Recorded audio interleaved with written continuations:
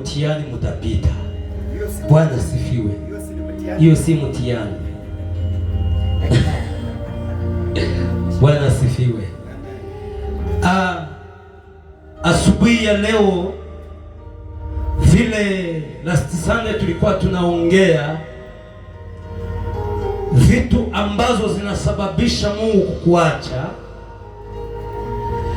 na Sunday mbili zilizopita tulikuwa tunaongelea kuhusu kulinda kazi ya Mungu, kwa sababu ni wewe Mungu atauliza. Bwana asifiwe. Sunday ya mwisho ambaye ni Sunday ya 4 ya mwezi wa kwanza, tukiweka misingi, nataka tuzungumuze kuhusu mbinu utatumia ili ufike kwenye Mungu amekuandalia. Haleluya.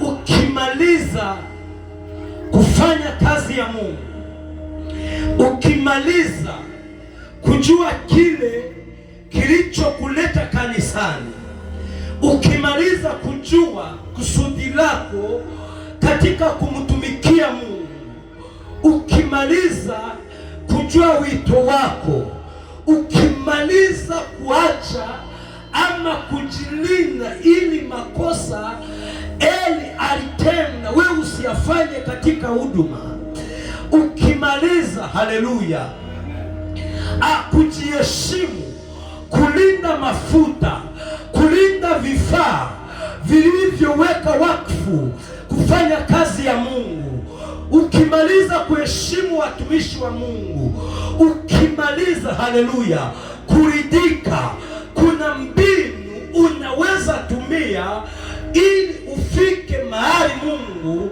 alikuahidi. Bwana sifiwe. Na kufika hapo si lazima utabiriwe, si lazima uombe. Wakati umetumia hii mbinu, lazima Mungu kwa nguvu zake yeye mwenyewe akufikishe. Amen. Bwana asifiwe. Amen. Bwana asifiwe. Amen. Mbinu utatumia ili ufike kwenye Mungu amekuahidi. Bwana asifiwe. Amen. Kuna mwimbaji siku hizi, kwanza hii mwezi yote nasikia tu ananigusa kwa naimba, kasema hii sio ndoto yangu. Haleluya. Amen. Haleluya. Uliza jirani yako, uko na ndoto gani? Uko na ndoto gani? Bwana asifiwe. Kuna wakati hapa kanisani nilifundisha nikasema, linda ndoto yako kwa sababu hiyo ndio utajiri wako. Bwana asifiwe. Sasa ili ufike kwa ndoto zako kihuduma, ili ufike kwa ndoto zako kwa maisha, haleluya, wakati umemtegemea Mungu, kuna mbinu unafaa kutumia. Amen. Bwana asifiwe. Amen. Ya kwanza, jifundishe kuomba na kufunga wakati uko na neema. Jifundishe kuomba na kufunga.